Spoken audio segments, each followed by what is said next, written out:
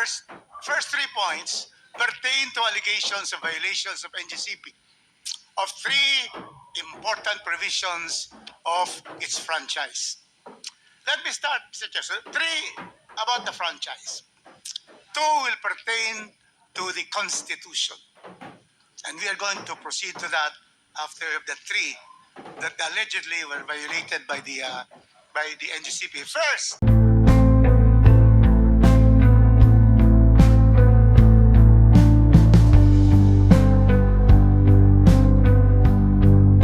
po na kakabit po dun sa linya. In which case, dapat po nag-i-expand. I agree with you. Ang kino-compare ko lang kasi we are comparing here yung dalawang senaryo dahil ang pinaka-issue is bababa dapat dahil monopoly yung transmission. Yun lang ang nilagyan ko ng analogy. Bababa yun kung the same transmission line, when I took over 100 kilometers of transmission line, ina-upgrade ko lang yun, tapos lumalaki yung sales ko dyan, talagang bababa yung cost ko kasi ako lang ang nagsiserve dyan.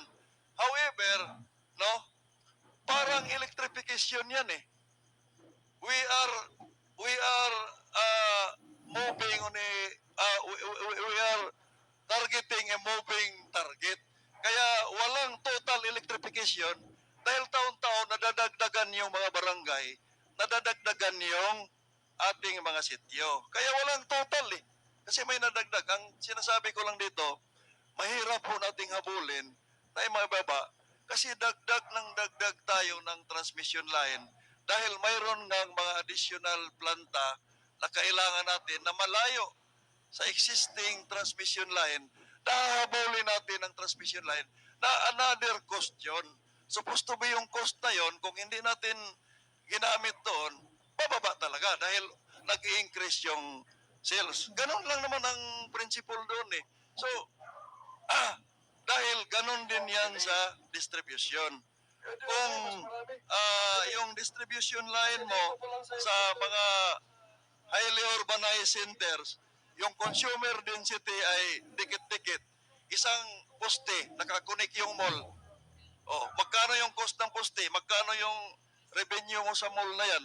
E di, mababa nga talaga yung cost of service mo. Pero in this case, umaabot na tayo sa mga probinsya ng transmission line. Kaya hahanapan natin ang recommendation ko, what if the DOA suggested plant location na hindi masyadong malayo sa existing para hindi masyadong mahaba yung tie line natin to avoid yung additional cost na napakalaki.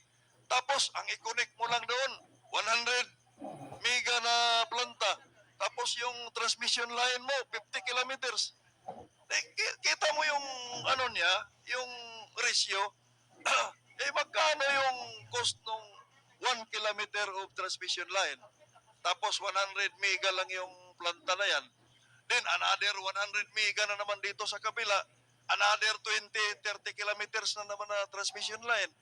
Sa approval pa lang ng mga TDP na yan, mahihirapan na tayo. How much more doon sa cost?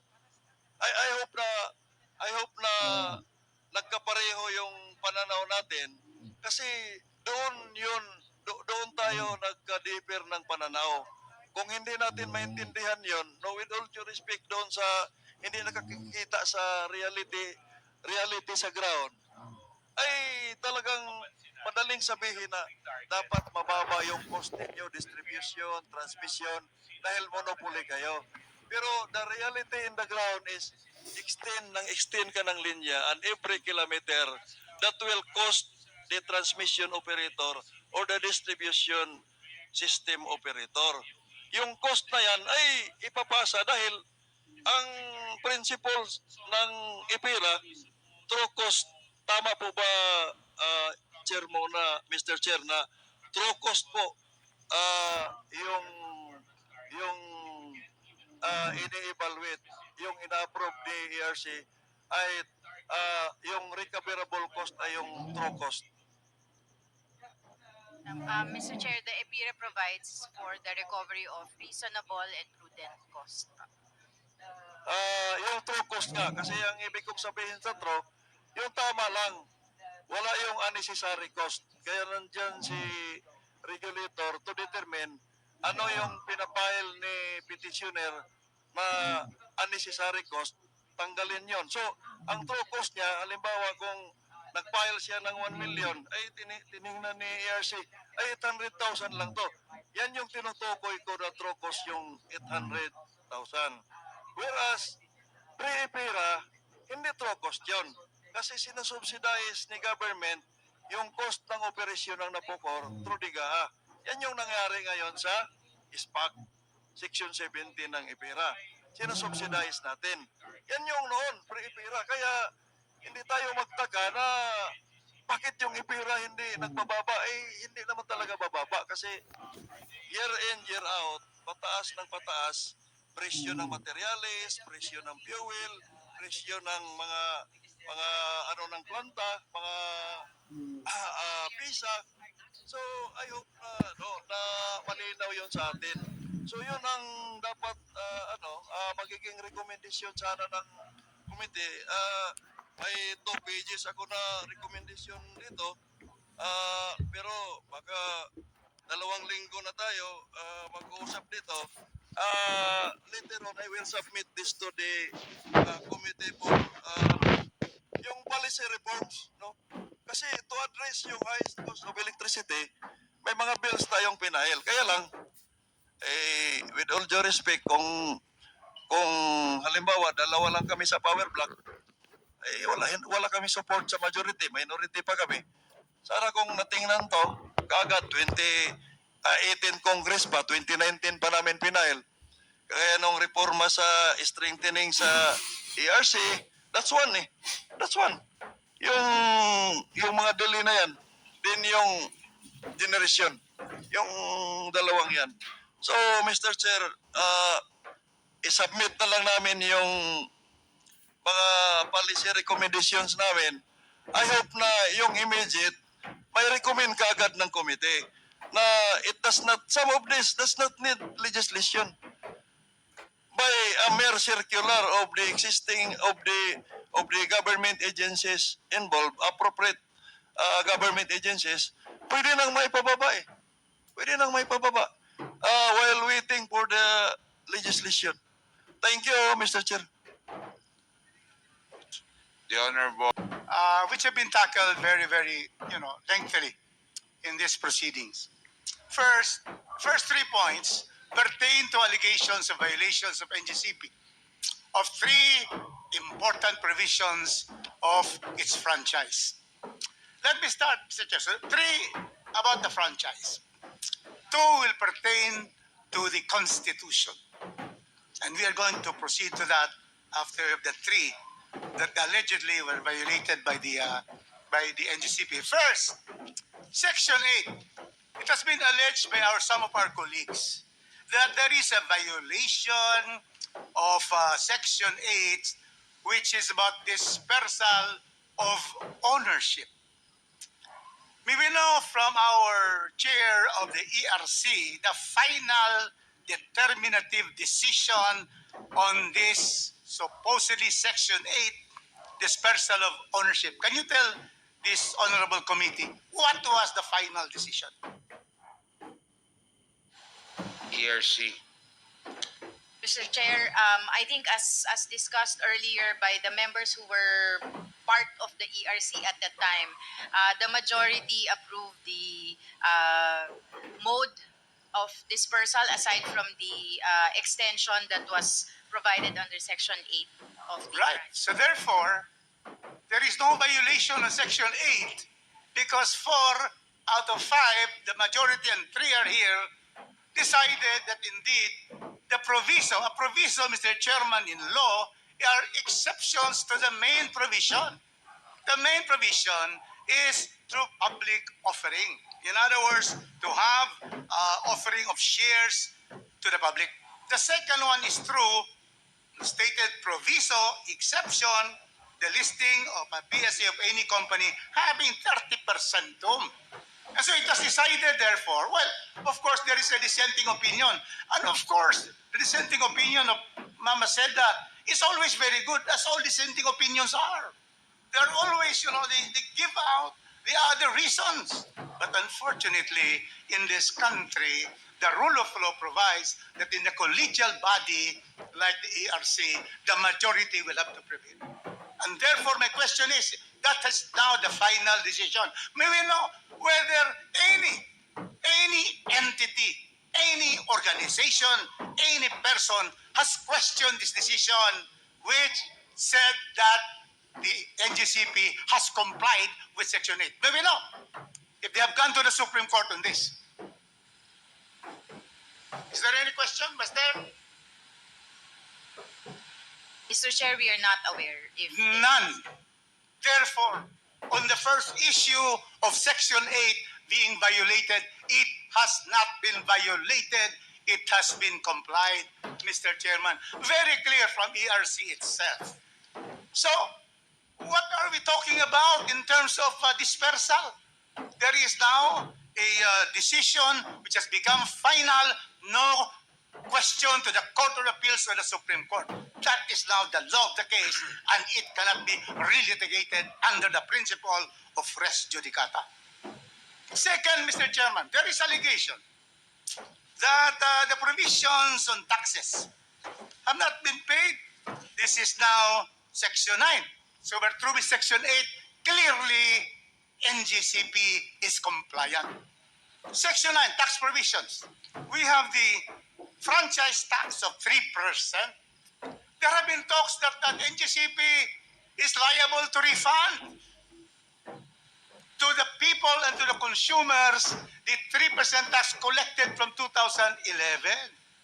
Mr. Chairman, may I now know from the ERC chairman, is it not that in 2011, the ERC has approved the pass-on provisions that the franchise tax is passed on?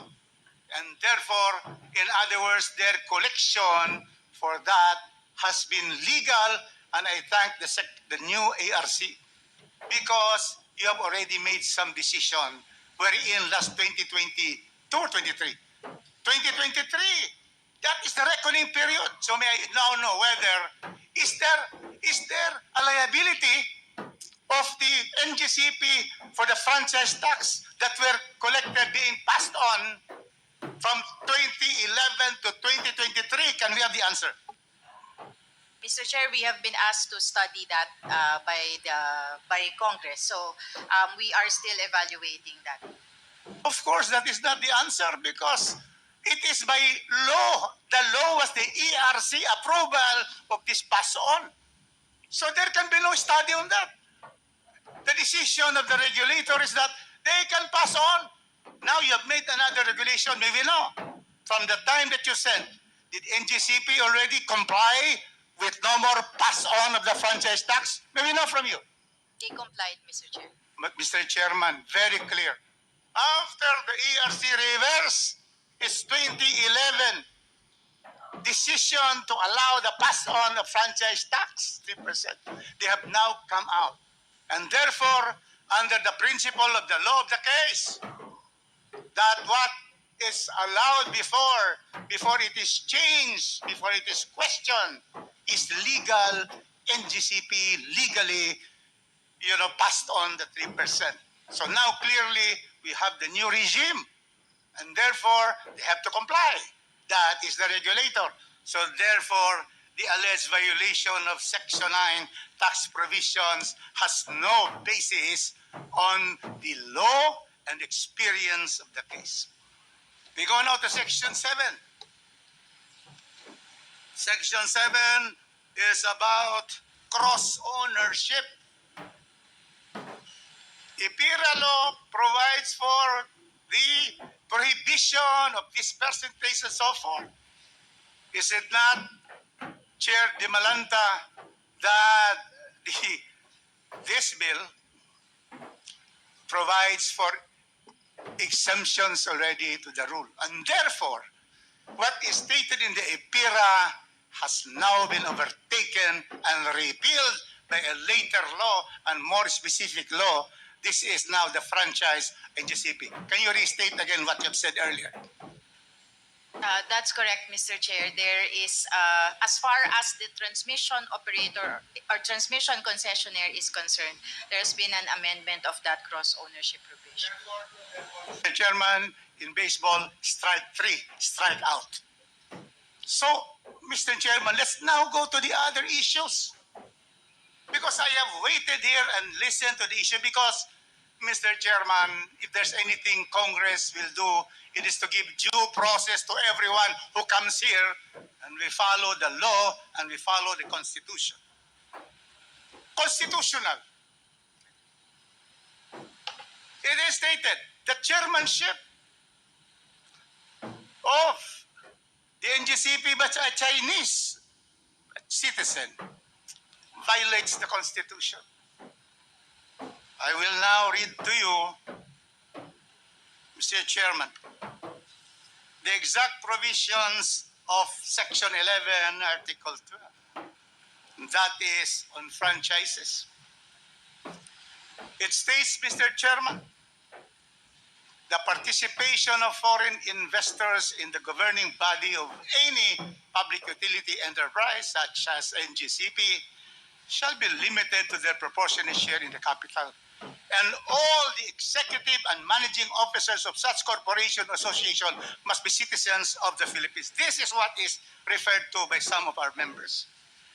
SEC, can you please tell us whether chairmanship of any board is an executive or managerial position?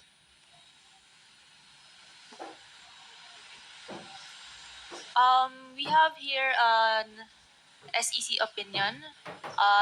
It's stated here that an alien national may assume the post of chairman of the board whose act shall be limited to that of a presiding officer during board meetings. So, if chairmanship, foreigner may be allowed as chairman of the board, but it should be qualified that his act should be limited to that of a presiding officer of a board meeting. So, if his role involves managerial roles, that is already violative of the Constitution. Very clear, Mr. Chairman. Strike 4, constitutional. Foreigners, as decided by the members of the board, can be chairman. There are some limitations, but precisely Attorney Malyari said that he presides, and normally presiding officers do not vote. Mr. Chairman, clearly the SEC has stated that foreigners, even minority foreigners, can be elected chairman as long as they preside. ERC, did you find any violation? Right now, you are not the new ERC. Did you find any violation of a Chinese being chairman of the NGCP? Mr. Chair, we have not that is not part of the recent, so we have not evaluated that. With the request of Congressman Kimbo earlier, we will include it in our report once we study the shareholder structure as well. Well, you have to be guided by the proceedings of the Constitutional Commission. That certainly membership in the board and chairmanship is not an executive or managerial position. And there are many other companies which have foreigners as chairmen. So your answer is that nobody has questioned this with you, correct? Has anybody filed a case against NGCP for the removal of this Chinese chairman? Has there been a case filed? None, Mr. Chair. How about the old board? I would like to hear Commissioner Maceda. Has there been a case filed in the ERC, you being the regulatory body, that says that, this Chinese should be ousted because he's not allowed by the Constitution? Has there been a case? Well, from the time I joined the RC, Your Honor, in 2018, I've not encountered any. None, because nobody can question this, because this is constitutional. So clearly, fourth issue, which had been ventilated, Mr. Chairman. Okay, and now, going to the BIR, to the issue back on taxes. Oh, where's the BIR?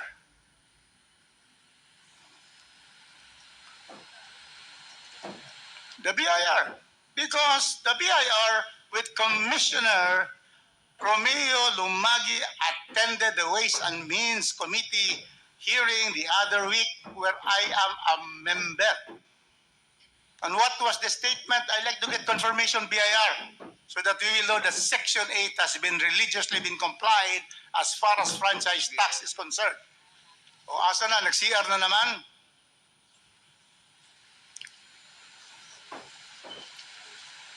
Well, without waiting, Mr. Chairman, I have here the revenue RMC 124 what was submitted. The answer to the question of violation of the franchise tax provisions, the answer of Chairman of Commissioner Romelo Mage is that the NGCP is fully compliant with the payment of all franchise taxes. You see? So now I go to the last point, Mr. Chairman. Constitutional. Now, the issue now, and I'd like NGCP to answer this. The issue now is national security. But because the Chinese own 40%, there are allegations that there is a switchboard in China that they will just close the entire country's supply of energy. Mr. Chairman, national security is not found in the Constitution. National security is provided for by words like national interest, economic development, socio-economic solidarity.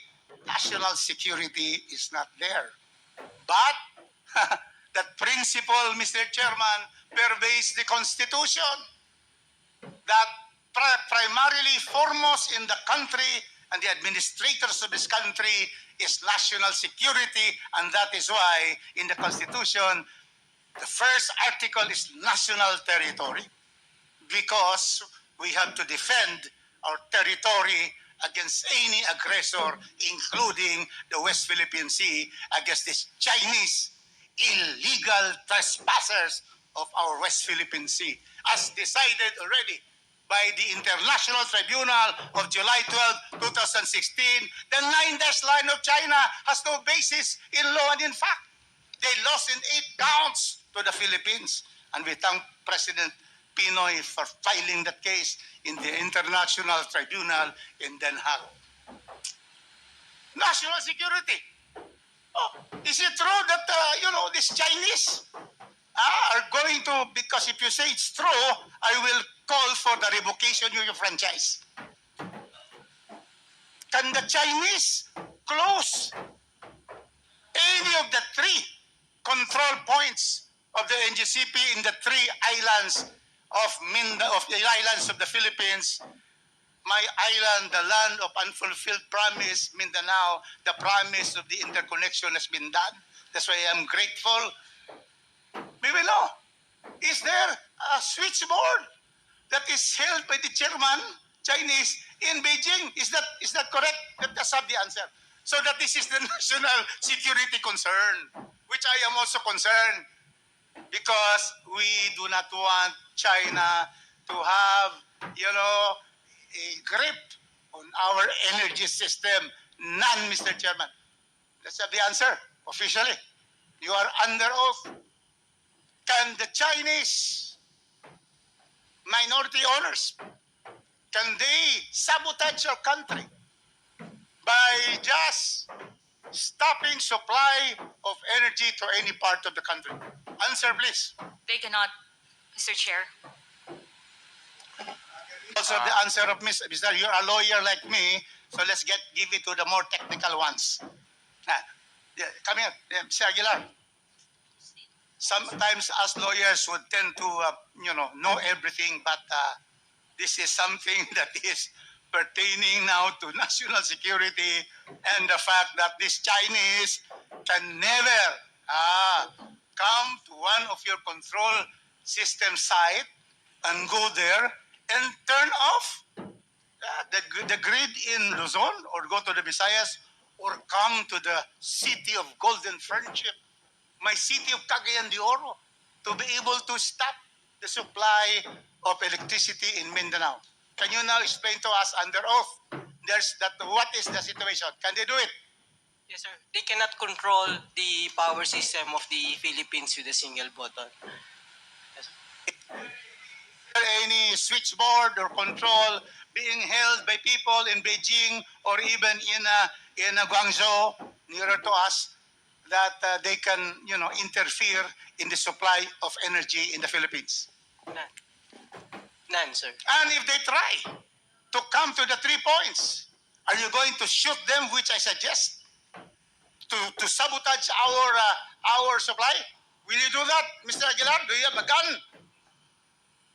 He's Mr. Agustin. Mr. Agustin.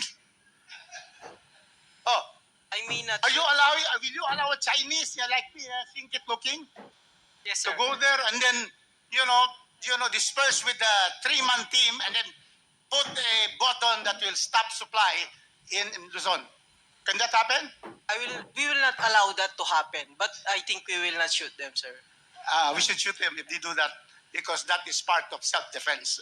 So, Mr. Chairman, with all these testimonies from first, the ERC, second, the SEC, third, the BIR, through my statement, and the NGCP.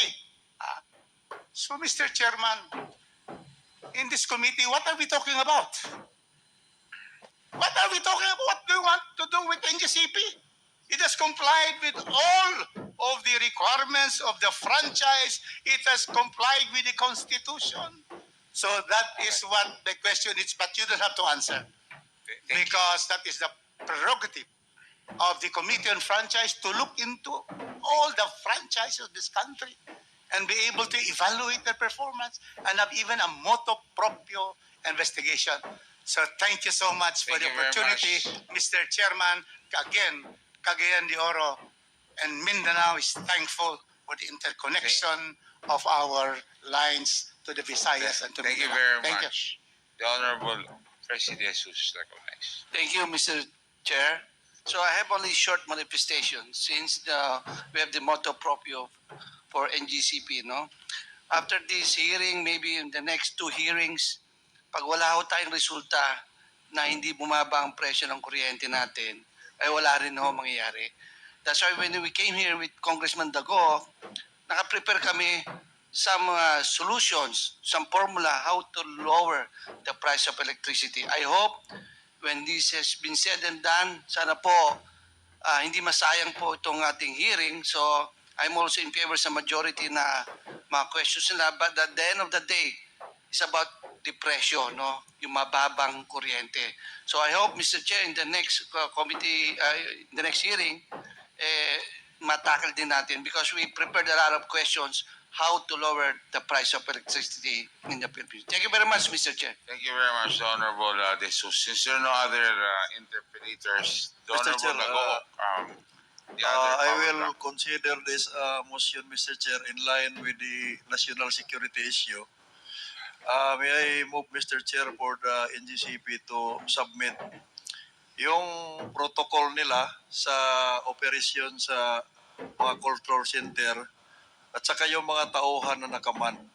Titingnan natin kung may Chinese doon. Yung protocol nila, alam na yung NGCP anong ibig kong sabihin, protocol. So I move for the submission of that, Mr. Chair. Is the motion to Particularly Visayas and Mindanao. Can we have the slide here?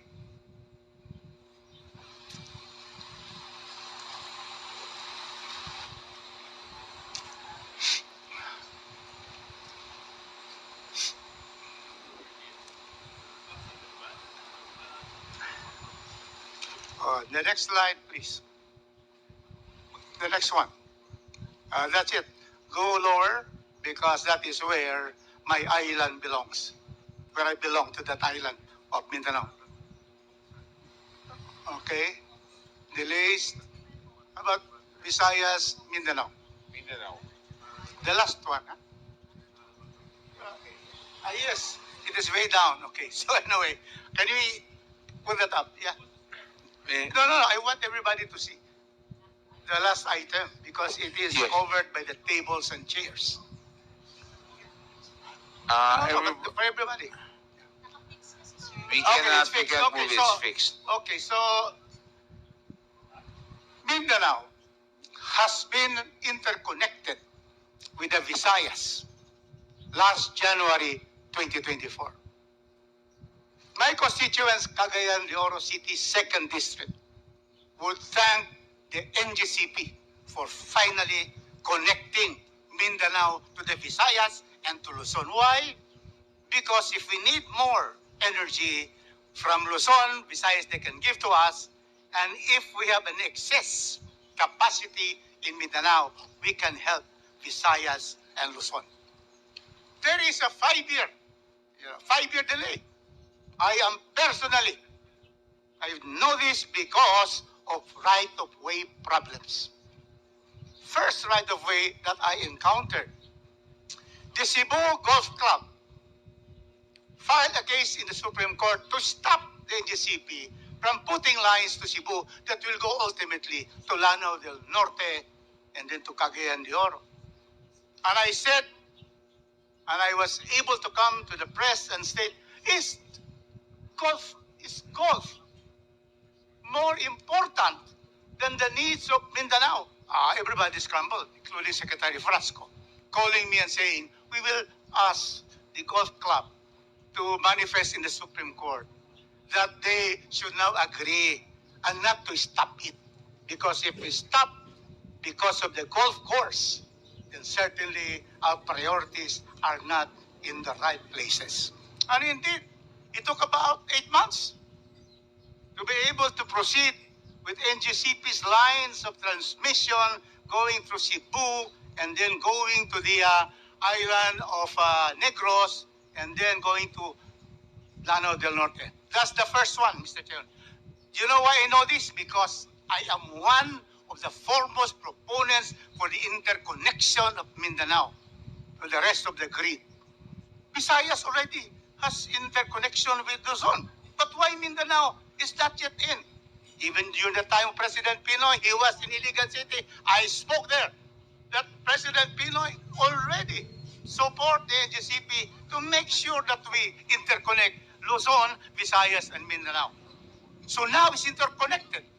And so now there will be many more power generation companies that will come to Mindanao because if we have excess, they can sell it, especially Luzon, who has a very tight supply on energy. Next, Mr. Chairman, that is why we cannot blame NGCP for the delay, at least for the Visayas Mindanao interconnection. The next problem is Lanao del Norte. Right of way, you cannot just, you cannot just be able to dig and put your transmission lines there because, or put posts there because our Muslim brothers in Lanao del Norte will object. And in fact, they have objected. So what did we do? We were able to talk to the governor and the congressman of Lanao del Norte. It took so much time also because they had to talk with the owners of the properties. And so to be able to put just point, Secretary Garin, my former colleague, to state that it's 5 years delay and we should penalize them and to the ERC to increase the penalties. We have to look at the reasons. And in fact, if we see the reasons for delay, the right of ways that could not be immediately be secured, it stops the project. And so that is why, Attorney Malyari, we thank you. Because Mindanao is now interconnected to Visayas and Mindanao. There are more companies that are putting up power generation plants in Mindanao because they can now sell to Luzon and the Visayas if they have excess capacity. And right now, I tell you, because of the development of Mindanao, brought about by President Bongbong Marcos, nakapasok na. So, we expect, if you will see the NEDA report, Region 11 followed by Region 10, there's a lot of companies going there, and therefore there will be a need for more watts and more power companies. And so we cannot, my dear colleague Sharon, who has been, with us, presentations like this looks like, NGCP has not done its job. But let me tell you that based on my personal experience, at least these two right-of-ways problem easily would cause the delay. So what I'm saying here, Mr. Chairman, is let us look at the reasons for the delay, because NGCP would want to connect all of these grids and all of our consumers, because it is for the best interest of the company. They will be able to charge more. And so those are my experiences, and that's why I am here to state that NGCP, as far as Mindanao is concerned, has interconnected us, and we are now doing well in terms of our electricity provisions, our electricity supply, and we are assured that the thing that happened in 1997, 98 will not happen again to Mindanao. And therefore, this is one way that we are saying that there is a reason why there is some delay. And to us, are we trying to dissolve the 50-year franchise of the NGCP? Is that the reason, Mr. Chairman? The BIR, in the hearing of the Ways and Means, clearly stated NGCP has paid all the tax liabilities of the company by Mr. Romeo Lumagi, the BIR chief. Second, ARC chairman has stated, isn't that correct, Madam Chair de Malanta, that you said that there has been a compliance of the tax responsibilities of NGCP? Mr. Chair, in another hearing po, we confirmed that what we have seen from our records is compliance with the 3% franchise Yeah, tax. precisely, that was the issue. NGCP has complied. BIR has complied. Now why are we here? Why are we going to, or, try to make it, make the NGCP look bad? Let us hear them, Mr. Chairman. And that is why, Mr. Chairman, you already have the list. And those are the issues. I counted a dozen issues. What you asked them were to submit papers, but let them answer. The ones that you mentioned in the early part of this hearing, the issue of the Chinese controlling NGCP. What is their answer? I'd like to have that. The share agreement. What is the share agreement clear? That really there is an agreement that the Chinese will control, because I'm always against the Chinese, especially in the West Philippine Sea, and we don't want them to control the NGCP and transmission in this country. So I would suggest, Mr. Chairman, that the position paper on these issues, you have listed dozen issues. Let them answer directly. Submission of documents is okay. But then these are specific issues, and I appreciate the committee in the December 23 hearing that we have identified these issues, and let them submit a position paper to all of us so that we can see, because if there is a violation of that, I'll be the first one to move and file a bill to cancel the NGCP. Just when I filed a bill to suspend the franchise of Cebu Pacific because we were delayed for one day from Cagayan de Oro. And that caused them to really improve. Before, they had only 2 standby planes, Pacific. Now they have 5 because I filed this particular bill to suspend. There has to be, motu proprio, Mr. Chairman, we can do it. But there has to be clear violations that is clear, because under our Constitution, everybody, there should be no deprivation of life, liberty, or property, Article 2, Section 2, without due process of law. And NGCP has property intangible, which is the 50-year franchise. And so therefore, Mr. Chairman, I have said my piece. And so just to answer the report of our dear colleague, Sharon Garin, but let me tell you, us in Mindanao are enjoying the interconnection, delayed, better late than never. Thank you, Mr. Chairman. Thank you very much, the